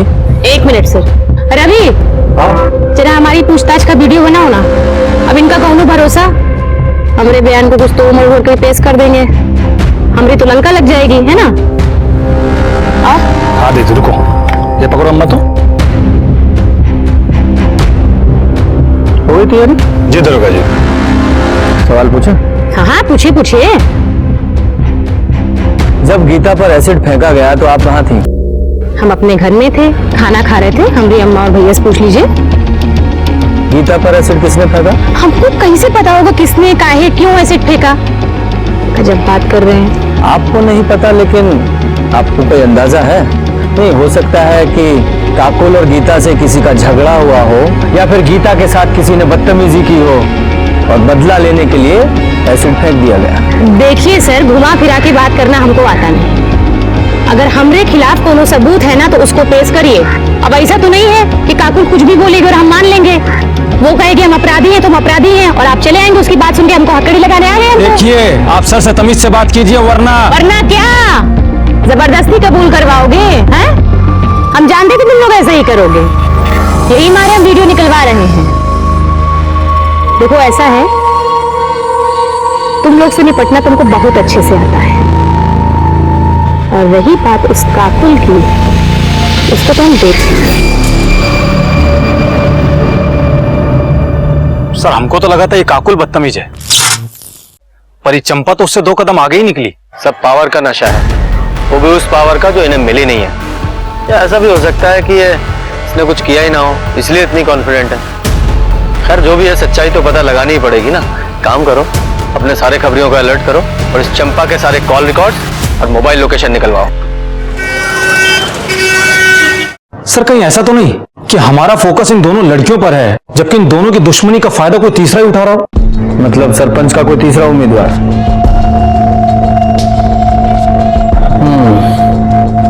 पॉसिबल तो है। चेक करो, कोई ऐसा एंगल है क्या? Yes sir. और सर चंपा के बारे में एक इंफॉर्मेशन मिली है। सर 6 महीने पहले चंपा ने एक रिपोर्ट लिखवाई थी कि उसके साथ में रेप हुआ है। रेप एक्यूज्ड का नाम संजय झा है, और सर संजय झा भी जेल के अंदर है और उसका ट्रायल शुरू होने वाला है। और सर ये संजय झा कोई और नहीं बल्कि काकुल का बॉयफ्रेंड है।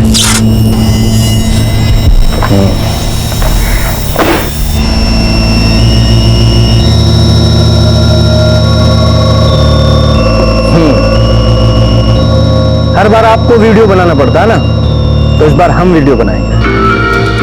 बुझे? सर आप लोग वहां क्यों खड़े हैं? आइए बैठिए। 2 गवाह भी चाहिए ना, इसलिए।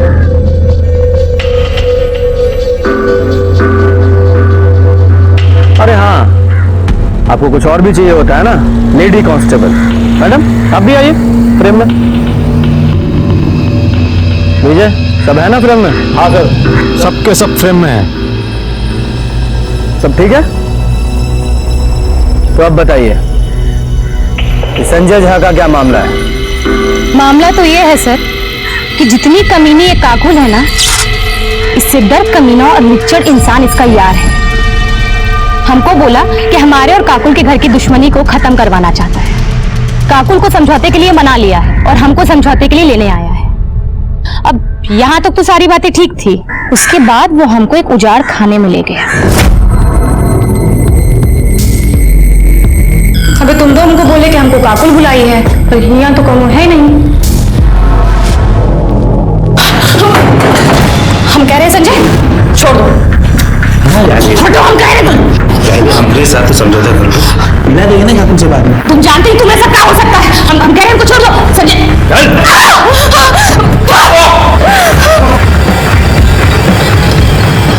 अबे संजय, तुम जानते नहीं हो तुम किससे पंगा लिए हो। मार डाले जाओगे और मार के काट डाले जाओगे, समझे?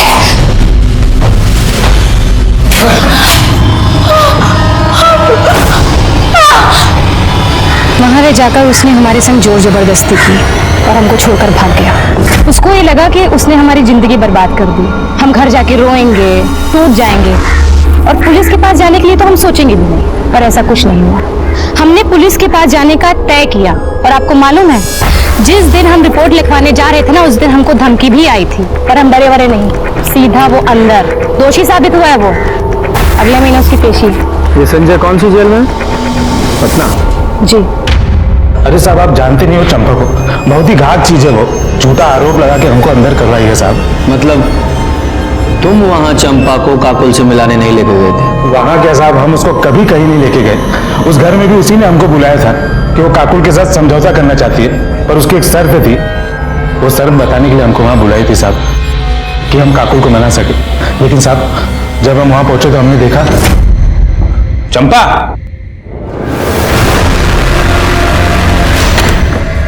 हम हीना ना जी। ये दरवाजा कहीं को बंद कर रही हो? एकदम बुड़बक हो तुम। अब ये सब काम वो दरवाजा खोल के करता है का? क्या बकरी हो? अब तुम जबरदस्ती करोगे और वो दरवाजा बंद करके। चलिए ना, चलिए। अब काकुल को पता चलेगा कि तू हमरे साथ रेप किया है, तब वो चलेगी, टूटेगी, मर जाएगी वो। और यही हम चाहते हैं, समझे? ठीक भी कर रही हो चंपा तुम।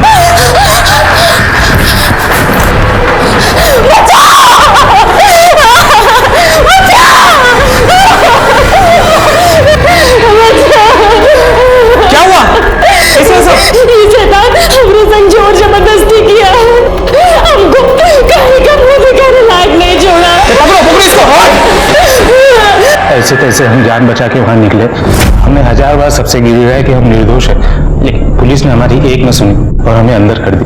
हम बता रहे साहब वो बहुत चालाक है, उसने बहुत गहरी चाल चली हमारे खिलाफ। लेकिन चंपा को ये सब करने की क्या जरूरत थी? क्योंकि वो काकुल का जीवन नरक बनाना चाहती थी साहब। हम दोनों शादी करने वाले थे, हम बहुत खुश थे साहब, लेकिन वो खुशी उसको देख ही नहीं गई और उसने हमको फंसा दी साहब। सर चंपा रेप केस की फाइल। सर मेडिकल रिपोर्ट के मुताबिक चंपा के साथ में रेप तो हुआ था, लेकिन स्विन ट्रेसेस नहीं मिल पाए, जिससे यह साबित हो सके कि उसके साथ में रेप संजय झा ने किया हो सकता है उसने बहुत ही चालाकी के साथ किया हो कि सबूत ही ना मिले, कंडोम वगैरह पहना होगा। उसे अरेस्ट किस बेस पे किया गया था? सर बाकी एविडेंस के बेस पे, मोबाइल लोकेशन और आसपास के लोगों के बयान पर, जिन्होंने उस वक्त उसको वहां पर देखा था। मामला भी कोर्ट में कुछ कह नहीं सकते हैं। वैसे लोग दुश्मनी पूरी ईमानदारी से निभा रहे हैं। हाँ, दुश्मनी से याद आया, तुम्हारे थर्ड पार्टी एंगल का क्या हुआ? सर मैंने तहसील ऑफिस में जाकर पता किया था, चंपा और काकुल के अलावा सरपंच के लिए किसी ने नॉमिनेशन फॉर्म भरा ही नहीं है। अच्छा, तो फिर तीसरा कौन हो सकता है? एक बात और सर, उस दिन काकुल ने हमसे झूठ बोला था। उसने कहा था कि वो पटना जेल में अपने पिता से मिलने के लिए गई है, और पहली बार उससे हमारा झगड़ा 6 महीना पहले हुआ था, जब हम बाबूजी से मिलने जेल गए थे। जबकि उसके पिता तो 1 महीने पहले ही रिहा हो चुके थे। तो फिर किससे मिलने गई थी? संजय झा से। और जब मैंने उससे पूछा कि उसने हमसे झूठ क्यों बोला, तो उल्टा मुझ पर ही भड़क गई कि बोल दिया कोई गुनाह थोड़ी ना किया है। और फिर मुझसे ही पूछने लगी कि आपने अब तक चंपा को अरेस्ट क्यों नहीं किया है। कुछ ज्यादा ही जानकारी और अकड़ है इन लोगों में। आज सबूत नहीं है हमारे पास, वरना अकड़ तो ढीली कर देते इनकी।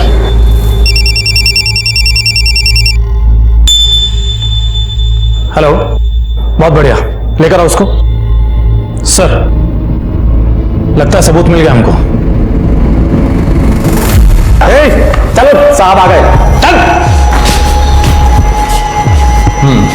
सर ये मनोज महतो है। हमारे खबरी ने इसको शराब के ठेके पे बोलते हुए सुना था कि एसिड अटैक से बदला लेना बहुत आसान होता है, जिंदगी भर तक याद रखता है। हमारे खबरी ने हमको इन्फॉर्म किया और हमारी टीम इसको वहां से उठाकर ले आई। किससे बदला लेना था? साहब हमने किसी से बदला नहीं लिया और न ही हमको लेना है। तो फिर वो ठेके पर वो एसिड अटैक का क्या राग लाप रहा था तू? साहब वो तो ऐसे ही 3-4 लोग बैठे थे, तो उनके बीच में कॉलर टाइट करने के लिए सब बोल दिए साहब। ऐसे में कुछ किया नहीं है। गीता पे एसिड अटैक क्यों किया था? कौन गीता साहब? इसका नशा ऐसे नहीं उतरेगा, अपने तरीके से को बुलवाओ। सब याद आ गया साहब, साहब याद आ गया साहब। 10,000 रुपया मिला था हमको। ऑफर किसने दिया था? चंपा सिंह ने साहब। तो ये चंपा ने गीता पे अटैक क्यों करवाया? वो साहब हमको नहीं मालूम है, हम तो सिर्फ पैसा के लिए काम किए। हम तो काकुल पे एसिड फेंकने गए थे, लेकिन गीता बाहर आ गई और रात के अंधेरे में समझ में नहीं आया, तो उसी में फेंक के भाग गए। 7 बजे गए थे ना? नहीं साहब, 9 बजे। तेरे साथ और कौन था? कोई नहीं था साहब, हम अकेले थे। और एसिड किसने दिया था? चंपा ने? नहीं साहब, हम खुद जुगाड़ किए थे। कैसे?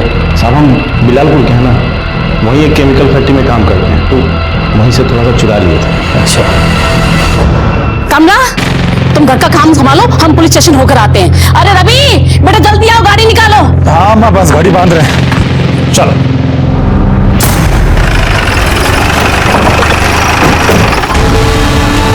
अच्छा हुआ आप लोग आ गए, हम अभी आपके पास ही आ रहे थे। किस लिए? चंपा कल से घर नहीं लौटी है, किसी का फोन आया था, बोल रही थी हम आते हैं और अभी तक नहीं आई है। किसका फोन आया था? पता नहीं किसका आया था, हमको तो बड़ी चिंता हो रही है। जाओ पूरे घर की तलाशी लो। अरे तलाशी सर, कुछ नहीं मिलेगा, हम कह रहे हैं, हमारा यकीन कीजिए ना। कैसे यकीन करें? क्या पता फोन का बहाना बना रहे हो आप लोग और वो घर में छुपा के रखा उसको। चंपा को फोन लगाओ। सर अरे सर फोन स्विच ऑफ है, हम लोग कितना बार ट्राई किए, सुबह से ट्राई कर रहे हैं।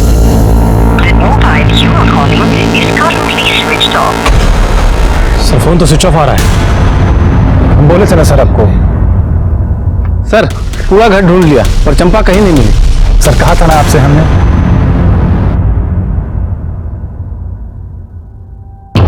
आखिरी बार पूछ रहे हैं, बता दो कि चंपा कहाँ है, वरना उसके साथ साथ तुम दोनों भी अंदर जाओगे।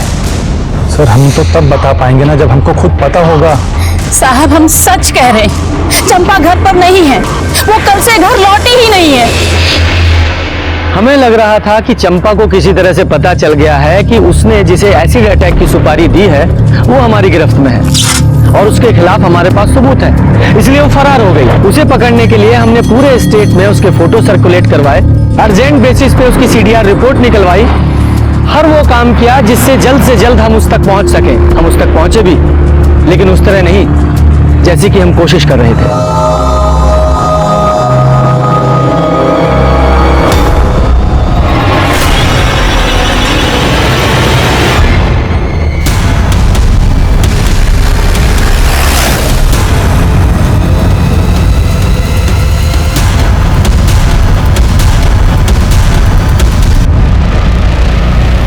ये घाव देखकर ऐसा लगता है जैसे किसी कट्टे से गोली मारी गई है, क्योंकि रूरल में लोग ज्यादातर उसी का इस्तेमाल करते हैं।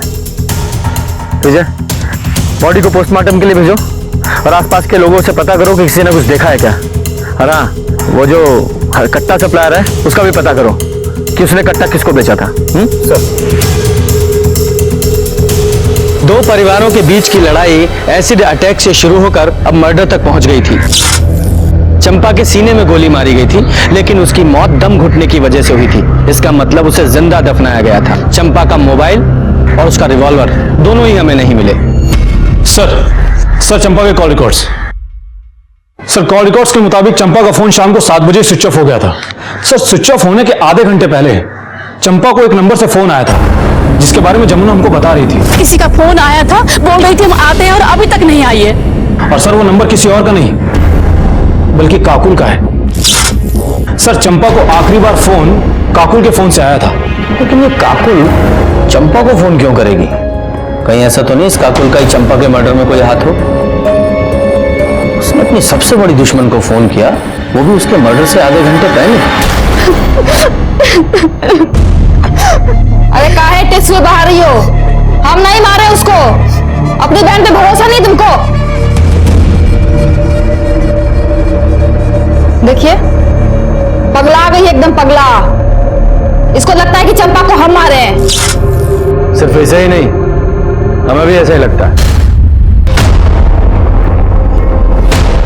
चलो थाने में चलकर विस्तार से बात करते हैं।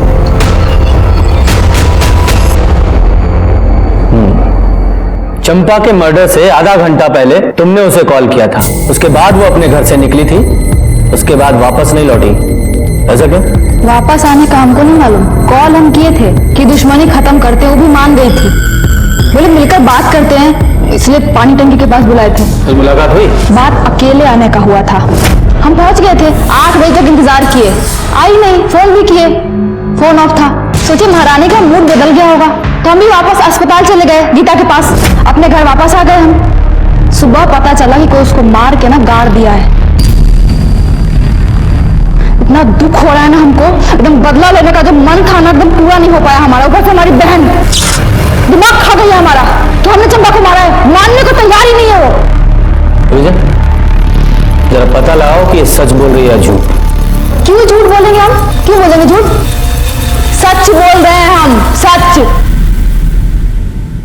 अगर काकुल सच बोल रही है कि उसने चंपा को नहीं मारा, तो फिर ऐसा कौन है जिसके पास चंपा को मारने का मोटिव हो?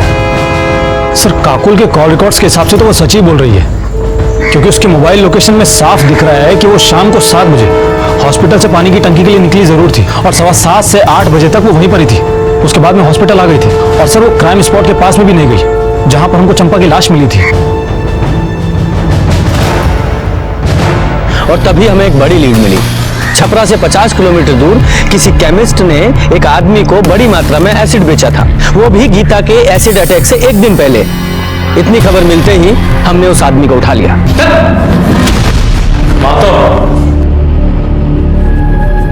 यही है ना वो जिसे तुमने एसिड बेचा था?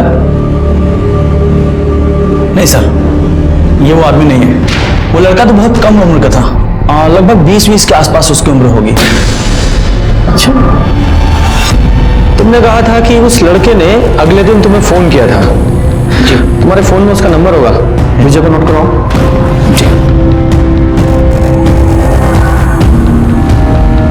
विजय, इस नंबर के सारे कॉल रिकॉर्ड्स और लोकेशंस निकालो। जी सर।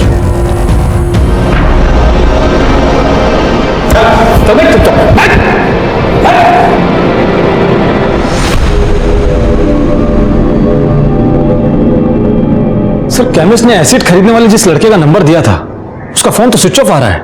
सर, केमिस्ट ने जो नंबर दिया था उसका कॉल डिटेल्स और मोबाइल लोकेशन आने में तो अभी टाइम लगेगा, लेकिन ये पता चल गया है कि वो नंबर ललन यादव नाम के कुख्यात अपराधी का है, और सर उसका एड्रेस भी पता चल गया सर।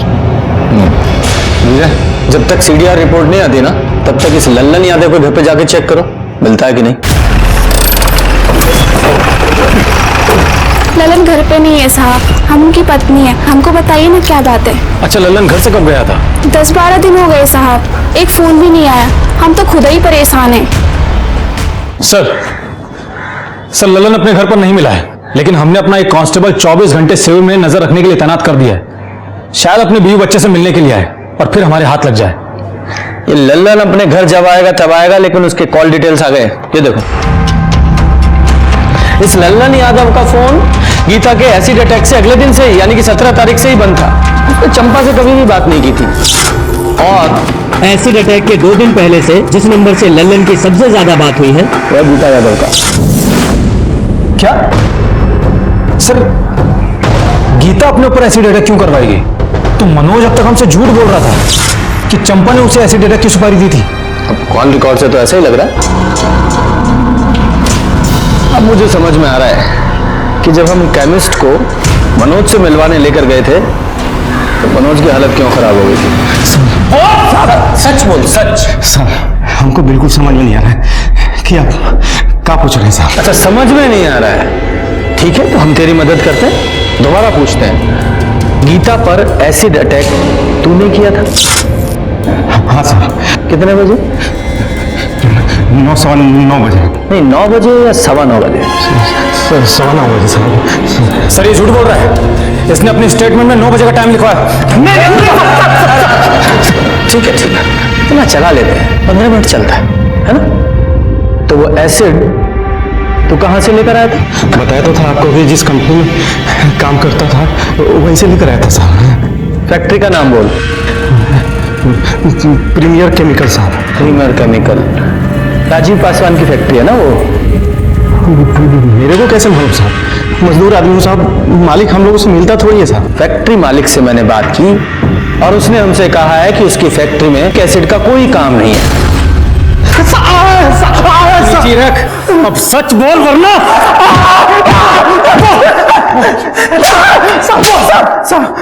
किसके कहने पर झूठ बोल रहा है? बता रहे साहब, बता रहे।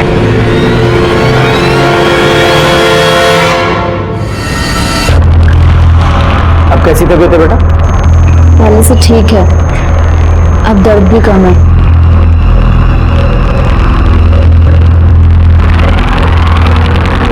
ये फोन तुम्हारा? हाँ।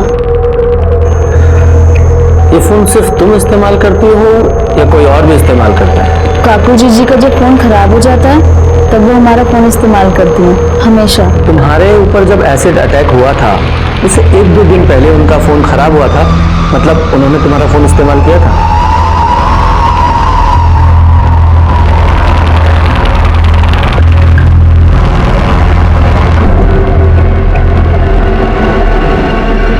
सुनो,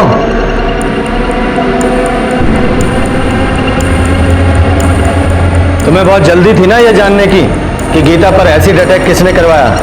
पूछोगी नहीं कौन था वो? किसने कराया पर हमला? चंपा ने ना? नहीं, चंपा ने नहीं, तुम्हारी सगी बहन काकुल ने। उसने तुम पर एसिड अटैक करवाया, मनोज महतो नाम के आदमी को सुपारी देकर। हम ही जानबूझकर पकड़वाए थे मनोज को, फंसाना चाहते थे चंपा को हम। कुछ महीना जेल में काटने के लिए ना मनोज को अच्छा खासा रकम दे रहे थे हम। हमको लगा था कि मनोज बोलेगा और आप जाके पकड़ लीजिएगा चंपा को, लेकिन साली पहले ही मर गई। सारे किए कराए पर पानी फेर के रख दिया बस। ये मनोज और लल्लन दोनों क्यों? मनोज अपराधी प्रवृत्ति का नहीं था, हमको पता था कि वो नहीं करेगा, और लल्लन जेल जाने को तैयार नहीं था। तो हम मनोज को मनाए चंपा को फंसाने के लिए और लल्लन को गीता पर एसिड फेंकने के लिए। वो जो प्रिंसिपल वाला लेटर था ना, वो भी हम ही लेके आए थे, और गीता के फोन से लगातार बात कर रहे थे उससे। उस दिन भी हमने ही कॉल किया था एसिड फेंकने के लिए। उस सगी बहन को तुमने एसिड फेंकवाया, उसका ये हाल किया सिर्फ चंपा से बदला लेने के लिए? असल कारण ना चंपा को जेल भेजना नहीं था, संजय को बाहर निकालना था। हम सोचे थे कि चंपा को गीता के एसिड वाले केस में फंसाएंगे और फिर उसके साथ एक सौदा करेंगे। तुमको करना क्या है कि जो कोर्ट में जज साहब के सामने ये बोलना है कि तुम हमसे बदला लेने के लिए संजय को बलात्कार वाला केस में फंसाई हो, ठीक है? और उसके बदला में फिर हम सोचेंगे कि गीता वाला जो केस है ना हम वापस ले लें। तो क्या कहती हो? ठीक है, हम मिलके बात करते हैं। हाँ, अभी मिलते हैं। वो पुराना पानी का जो टंकी है वहां पे। ठीक है। संजय झा ने वाकई चंपा का रेप किया था? हमारे कहने पे किया था, वो हम ही करवाए थे। मानसिक रूप से ना उसको एकदम तोड़ना चाहते थे हम, उसकी भावनाओं को ठेस पहुंचाना चाहते थे ताकि दोबारा हमारे सामने खड़े होने की ना उसकी हिम्मत नहीं हो। लेकिन हुआ क्या? हमने सोचा था कि पुलिस के पास नहीं जाएगी, लेकिन वो गई और संजय को जेल हो गया। हमको तो छुड़वाना था ना, हमारी वजह से गया था वो जेल। उसको तो बाहर निकाल नहीं पाई, अब खुद अंदर जा रही। संजय और अपनी सगी बहन की जिंदगी बर्बाद करके अब जेल में बैठ के लड़ना चुनाव। लेके जाओ इसे। एक मिनट सर। हेलो, ठीक है सर, लल्लन को अरेस्ट कर लिया है और उसने इस बात को कबूल कर लिया है कि काकुल ने ही गीता पर एसिड अटैक की सुपारी दी थी। Very good. एसिड अटैक का केस तो सॉल्व हो गया, लेकिन मर्डर केस सॉल्व होना अभी बाकी था। तभी हमें एक बड़ी लीड मिली। जिस कट्टे से चंपा को गोली मारी गई थी, उसके सप्लायर को हमने ढूंढ लिया था, जिसने हिस्ट्री शीटर भोला पांडे का नाम हमें बताया था।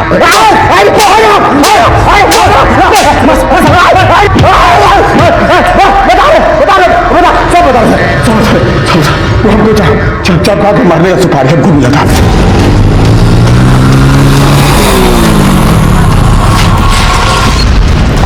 क्या कर रहे हैं बे?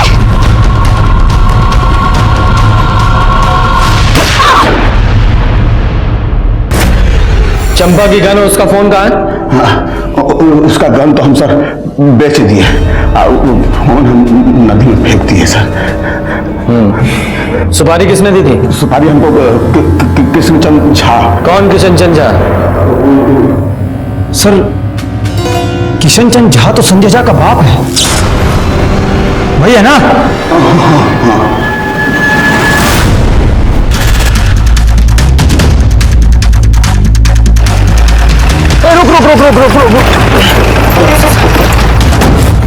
सर बैग वैग लेके कहाँ जा रहे हो? साहब बस लिफ्ट चाहिए। अरे तो पूछना क्या है, बैठिए हम छोड़ देते हैं। साहब चंपा ना झूठ बोल के हमारे बेटे को फंसाई थी। हमने संजय और जबरदस्ती किया है। हम बहुत कोशिश की, बहुत विनती की उससे, मगर केस वापस नहीं ली वो। 2 दिन बाद कोर्ट में पेशी होने वाली थी। साहब बताओ हम क्या करते? हम सोचे कि केस को जड़ से ही समाप्त कर देते हैं। ना चंपा रहेगी तो मुकदमा कैसे होगा, और कोर्ट को मजबूरी में हमारे बेटे को छोड़ना पड़ेगा। बस उसी दिन हम भोला को सुपारी दे दी। साहब वो हमेशा अपने लोगों से घिरी रहती थी, तो मारने का मौका ही नहीं मिल रहा था। तो वो 21 तारीख को अकेले पानी की टंकी के पास जा रही थी, तो हम नहीं, तुम्हें कैसे पता चला कि वो पानी की टंकी के पास अकेली जा रही है? काकुल बोली थी साहब। साहब काकुल और संजय का ब्याह जरूर ना हुआ हो, लेकिन हम उसको पतोहू मानते थे और वो लोग अक्सर फोन करके आपस में मिला जुला करते थे। वही बोली थी कि चंपा से सुलह करने जा रही, काकुल ने उसे अकेले बुलाया। हम समझ गए साहब कि इससे अच्छा मौका नहीं मिलेगा।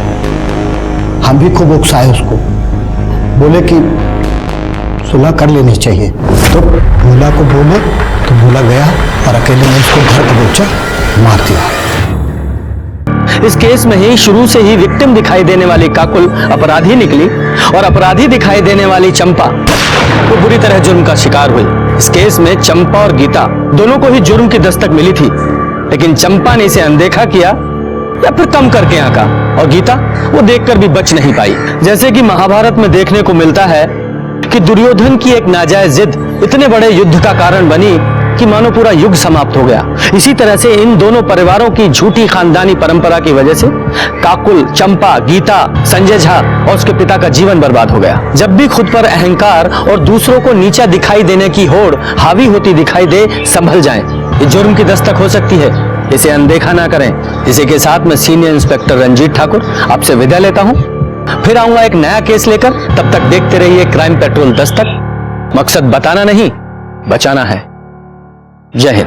क्राइम पेट्रोल के ऐसे ही मजेदार एपिसोड्स देखने के लिए हमारे चैनल को सब्सक्राइब करें